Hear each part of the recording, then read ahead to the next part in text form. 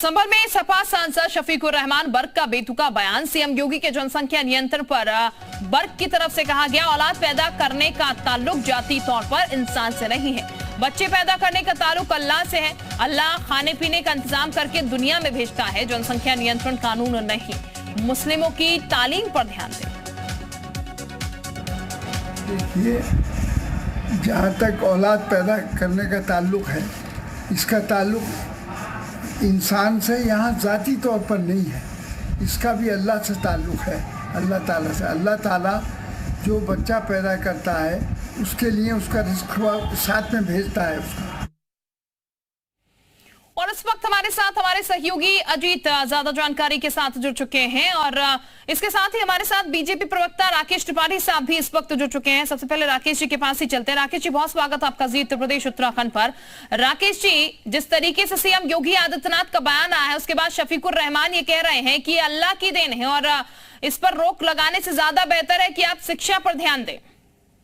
देखिए, दुर्भाग्यपूर्ण है और ये बात स्पष्ट हो जाती है कि शफीकुर रहमान बर्क की शिक्षा वो ठीक नहीं है। प्रारंभिक शिक्षा जब गलत होती है, जब मदरसे से शिक्षा प्राप्त करते हैं तो इसी प्रकार के बयान देते हैं। शफीकुर रहमान बर्क ने कोई पहली बार इस तरह का बयान नहीं दिया है। इनके सांसद एसटी हसन हो, शफीकुर रहमान बर्क हो या आजम खान हो, लगातार इस प्रकार की बदजुबानी करने का काम करते हैं। जनसंख्या का मसला एक ऐसा मसला है जिस मसले से देश की एकता, अखंडता और सुरक्षा का मसला जुड़ता है, देश की प्रगति का मसला जुड़ता है। और ऐसे मसलों पर इस प्रकार की राजनीति करना और बच्चों को अल्लाह की नेमत कहना, ये मैं मानता हूं कि जिम्मेदारी से भागना है।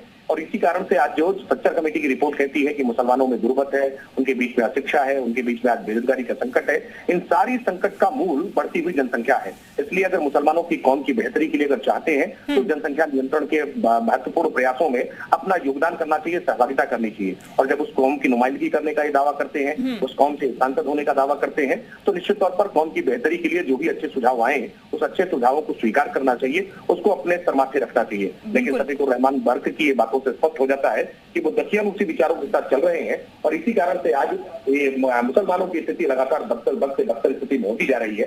ये बात इनको समझनी चाहिए। बिल्कुल त्रिपाठी साहब, जब ये शफीकुर रहमान कह रहे हैं कि शिक्षा पर ध्यान दिया जाए, तो शफीकुर रहमान साहब को या फिर कुछ ऐसे नेताओं को ये समझ क्यों नहीं आता कि जनसंख्या नियंत्रण करना बेहद जरूरी है? देखिए, जो भी आज समाज के अलग अलग निर्णय समस्याएं हैं, इन समस्याओं के मूल में जाएंगे तो बढ़ती हुई जनसंख्या इन सबका सबसे बड़ा कारण है। अगर रोजगार देना हो तो क्या बेतहाशा बढ़ती हुई जनसंख्या को रोजगार दिया जा सकता है?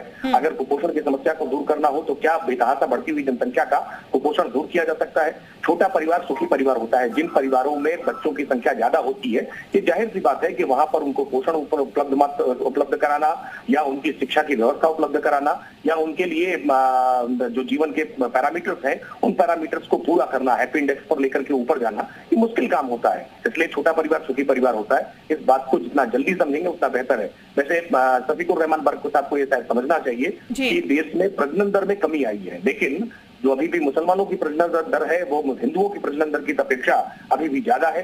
इसलिए जो मुख्यमंत्री योगी आदित्यनाथ जी ने अपनी चिंताएं जाहिर की हैं, उन चिंताओं को ध्यान में रखते हुए शफीकुर रहमान बर्क को अपनी कौम को समझाने के लिए विशेष प्रयास करने चाहिए, न कि अल्लाह की नेमत बंदा करके उनको और देश समस्या से डिरेल करने का प्रयास करें। बिल्कुल राकेश जी, हमारे साथ अजीत हमारे सहयोगी भी लगातार बने हुए हैं। अजीत, डिप्टी सीएम से आपने भी बातचीत की, उनकी तरफ से भी तमाम बातें रखी गई इस बयान को लेकर।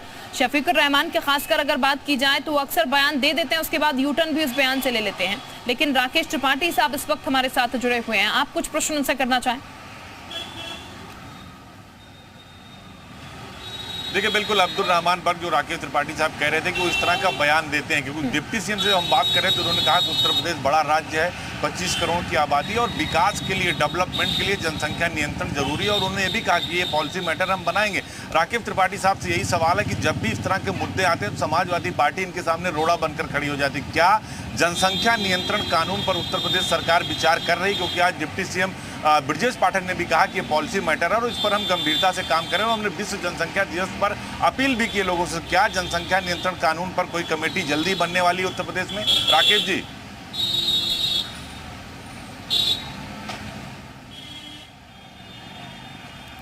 त्रिपाठी साहब, आवाज मिल रही है आपको?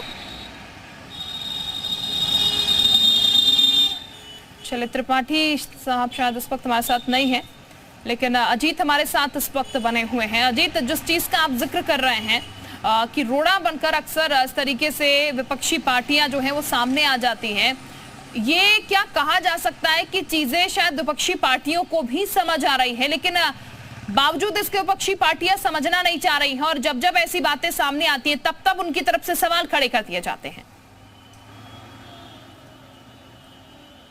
देखिए बिल्कुल शिल्पा, समाजवादी पार्टी हो या दूसरे दल हो, जब इस तरह का कोई मसला आता है तो ये वोट की राजनीति में, वोट बैंक की राजनीति में विपक्ष में खड़े हो जाते हैं। लेकिन अगर बात उत्तर प्रदेश के मुख्यमंत्री योगी आदित्यनाथ की करें तो इसके पहले भी ये इशारा कर चुके हैं कि उत्तर प्रदेश बहुत बड़ा स्टेट है, कॉमन सिविल कोड की बात होगी, जनसंख्या नियंत्रण पर कानून बनाया जा सकता है, इस पर विचार हो सकता है। और कल जालौन में उन्होंने ये बात साफ कर दी कि अगर किसी एक वर्ग की जनसंख्या ज्यादा होगी तो अराजकता फैलेगी, गरीबी आएगी, बेरोजगारी होगी और उस समाज के लिए एक खतरा है। लिहाजा अब ब्रजेश पाठक ने भी उसकी तरफ इशारा किया कि हमें इसको सीमित करना होगा, हमें विकास के मुख्य धारा से अल्पसंख्यक समाज के लोगों को जोड़ना होगा।